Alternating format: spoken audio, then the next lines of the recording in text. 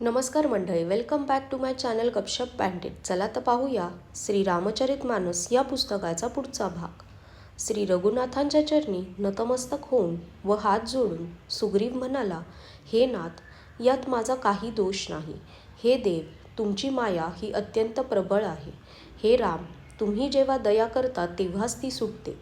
हे स्वामी, देव, मनुष्य आणि मुनी हे सर्व विषयांना वश असतात. मग मी तर पामर पशु आणि पशूंच्या मध्ये अत्यंत कामी बानर. स्त्रीचा नयनबाण ज्याला लागला नाही, जो भयंकर क्रोधरूपी अंधाऱ्या रात्रीही जागत असतो, जो क्रोधाने आंधळा होत नाही आणि लोभाच्या दोरीमध्ये ज्यांनी आपला गळा अडकविला नाही. हे रघुनाथा, तो मनुष्य तुमच्या समान होय. हे गुण साधनाने प्राप्त होत नाहीत, तुमच्या कृपेमुळेच एखाद्यालाच ते प्राप्त होतात. तेव्हा रघुनाथ हसत म्हणाले, हे बंधू, तू मला भरतासारखा प्रिय आहेस. आता मन लावून सीतेची वार्ता काढण्याचाच उपाय कर. अशा प्रकारे बोलणे चालले होते. एवढ्यात वानरांच्या झुंडी आल्या. अनेक रंगाच्या वानरांचे समूह सर्व दिशांना दिसू लागले. शिव म्हणतात, हे उमे, वानरांची ती सेना मी पाहिली होती. तिची गंती करणारा महामूर्ख होय. सर्व वानर येऊन श्रीरामांच्या चरणी मस्तक ठेवत होते आणि त्यांच्या सौंदर्य माधुर्य निधी असलेल्या श्रीमुखाचे दर्शन घेऊन कृतार्थ होत होते. श्रीरामांनी ज्याची खुशाली विचारली नाही असा सेनेमध्ये एकही वानर नव्हता. त्यांच्या दृष्टीने ही काही विशेष गोष्ट नव्हती, कारण श्री रघुनाथ हे विश्वरूप आणि सर्व व्यापक आहेत. आज्ञा घेऊन सर्वजण जिकडे तिकडे उभे राहिले. तेव्हा सुग्रीवाने सर्वांना समजावून सांगितले की, हे वानर समूहांनो, हे श्री रघुनाथांचे काम आहे आणि माझी तुम्हाला विनंती आहे, तुम्ही चोहीकडे जा आणि जाऊन जानकीचा शोध घ्या. हे बंधूंनो, महिन्याभरात परत या. जो महिन्याभराचा काळ घालवून शोध न घेता परत येईल त्याचा मी वध करेन.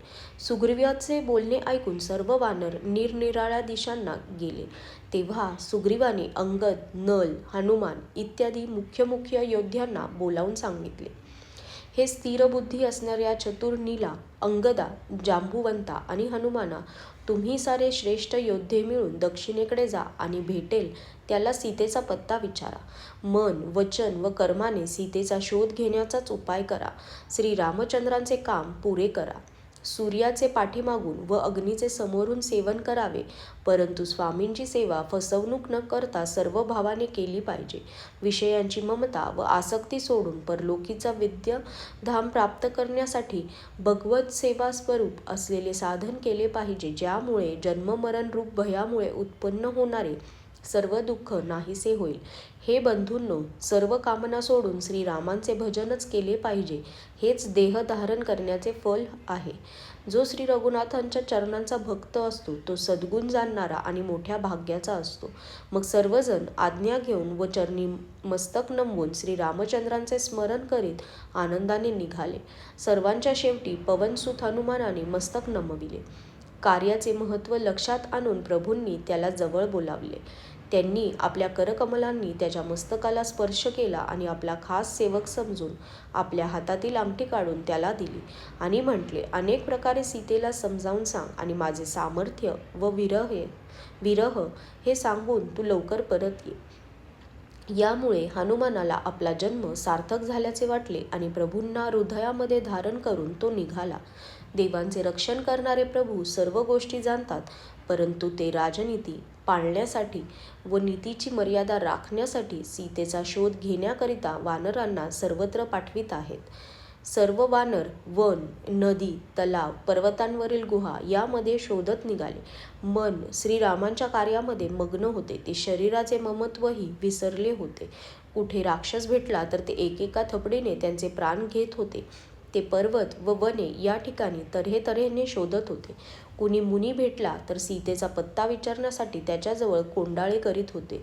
इतक्यात तहान लागल्यामुळे सर्व व्याकुळ झाले, परंतु कुठेही पाणी मिळेना. दाट जंगलात सर्वजण भरकटले. हनुमानाला अंदाज आला की पाणी मिळाले नाही तर सर्व मरतील. त्याने डोंगराच्या शिरावर जाऊन चोहीकडे पाहिले. तेव्हा त्याला पृथ्वीवर एका गुहेमध्ये एक आश्चर्यजनक गोष्ट दिसली. तिच्यावर पुष्कळ चक्रवाक, बगळे आणि हंस उडत होते आणि पुष्कळ पक्षी त्या गुहेत जात होते. पवनकुमार हनुमानाने पर्वतावरून खाली उतरून सर्वांना ती गुहा दाखवली. सर्वजण हनुमानाला पुढे करून वेळ न घालवता गुहेत घुसले. आत गेल्यावर तिथे एक उत्तम उपवन व तलाव दिसला. त्यात पुष्कळ कमळे उमललेली दिसली. तेथे एक सुंदर मंदिर होते व त्यात एक तपस्विनी बसली होती. सर्वांनी दुरूनच तिला मस्तक नम्र करून नमस्कार केला. विचारल्यावर त्यांनी आपली हकीकत सांगितली. तेव्हा ती म्हणाली, पाणी प्या आणि तऱ्हेतऱ्हेची रसाळ फळे खा.